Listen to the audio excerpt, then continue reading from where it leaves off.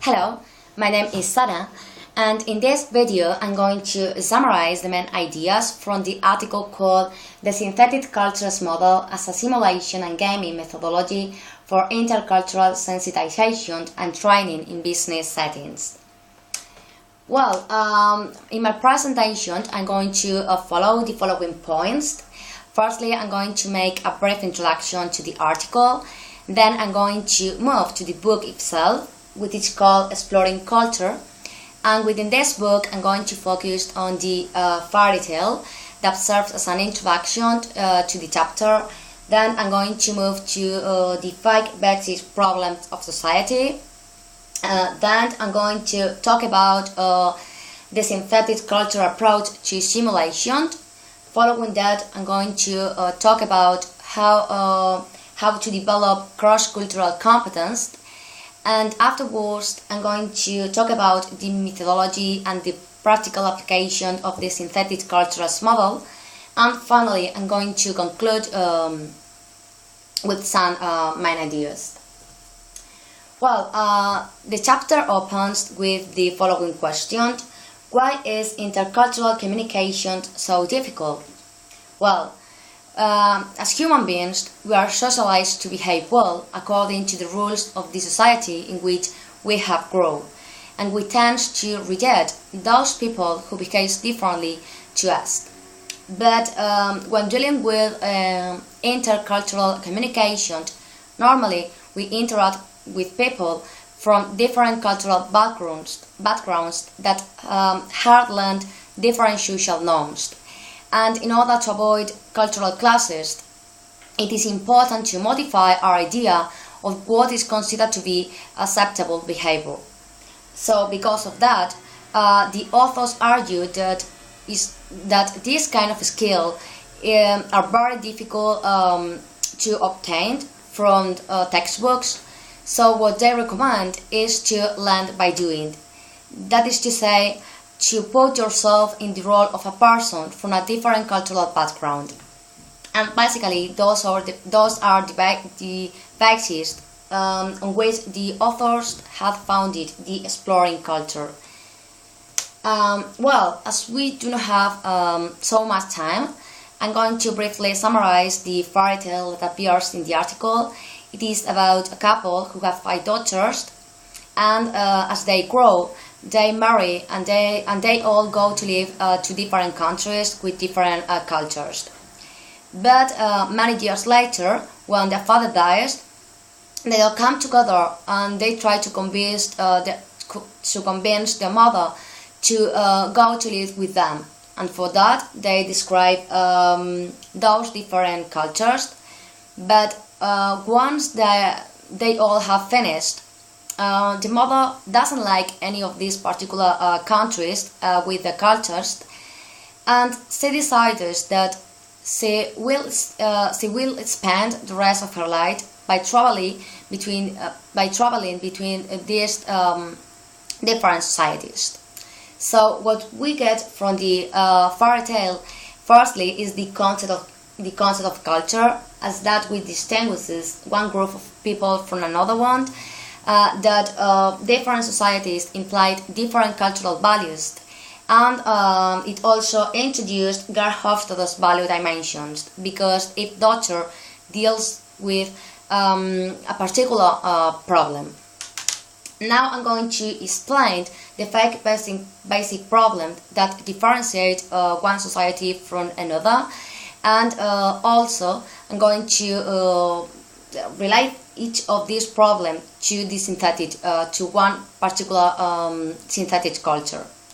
So the first problem is identity, which deals with the issue of the individual as opposed to the group, and it introduced the synthetic cultures of individualism versus collectivism. The second problem is hierarchy, which focuses on the degree of inequality between people. This is power distance, and it introduced the synthetic cultures of large power distance which refers to society in which the inequality is reinforced, as opposed to small power distance, which refers to society in which equality is reinforced. The third problem is gender, which centers on the issue of equality in terms of gender roles. And in this case, the synthetic cultures are feminine for those societies in which there is an equal distribution of the role between men and women, as opposed to masculine, in which this distribution is unequal. The fourth problem is truth, that is to say, how people deal with the unpredictable and ambiguous, and it presents the synthetic cultures of uncertainty avoidance as opposed to uncertainty tolerance. And the last problem is virtue, which refers to the choice between the present or the future virtues. And in this case, the synthetic cultures are long-term orientations as opposed to short-term orientations. Well, regarding the synthetic culture approach to simulation, it is important to mention that synthetic cultures provide a temporary laboratory for developing cross-cultural competence. And basically, this is through the use of role-playing, case studies, critical incidents, and so on. And importantly, to develop cross-cultural competence are 3 steps. The first step is to become aware of the existence of culturally learned assumptions. That is to say, as we have been discussing throughout the article, to become aware that different societies implies different cultural values. The second step is to increase our knowledge about particular cultures in order to see how different cultures differ on the way they see the same issue. And the third step is to the practical part. That is to say, to acquire the actual skills in interacting with different cultures. Well, as far as the methodology is concerned, firstly, the authors provide the reasons of the advantages of using synthetic cultures, and basically the reasons are those. Firstly, empirical grounding because it is based on Hofstadter's theory. Then it provides personalized learning, completeness because it includes cultural variability. It is safety. It includes stereotype value patterns. It also separates behavior from expectation. It creates room for common ground because people from different cultural backgrounds are brought together. It also creates self-examination. It is symmetrical, and it encourages analytical strength. Well, how to role-play the synthetic cultural profile? It is important that participants are aware of three important aspects. These are that synthetic cultures as culture influence everything we do. The second is that synthetic cultures always apply no matter the context.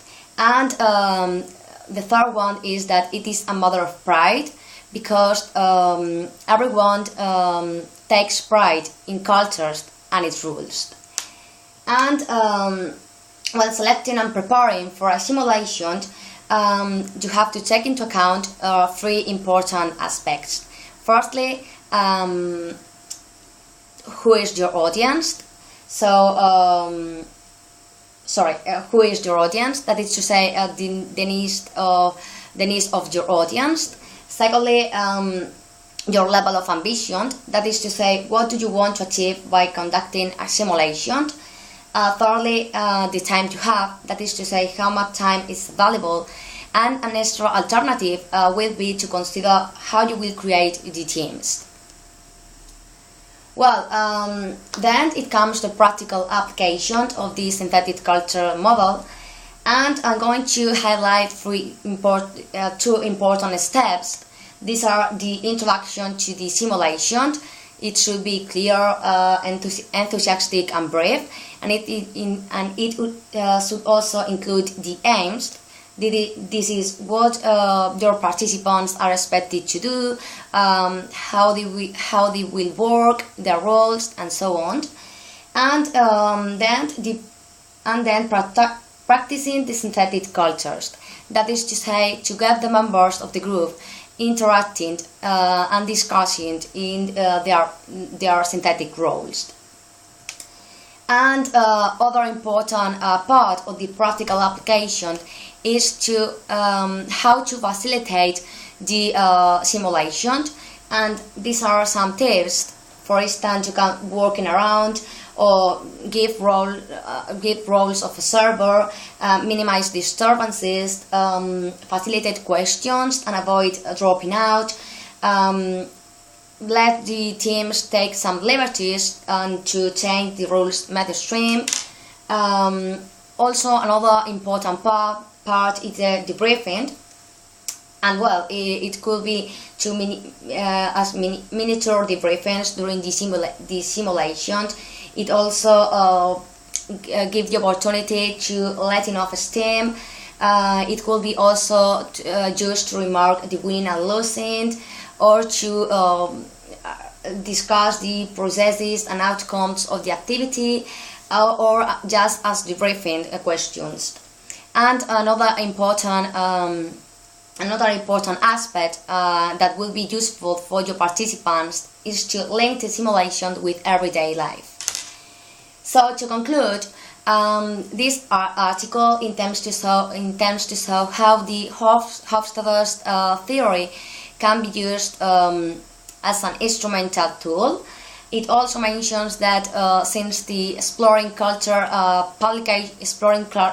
publication, the interest in synthetic cultures games have increased in many countries, and it is a good contribution to the intercultural skills that are necessary for improving international relations. Well, I hope you find it useful. Thank you for your attention.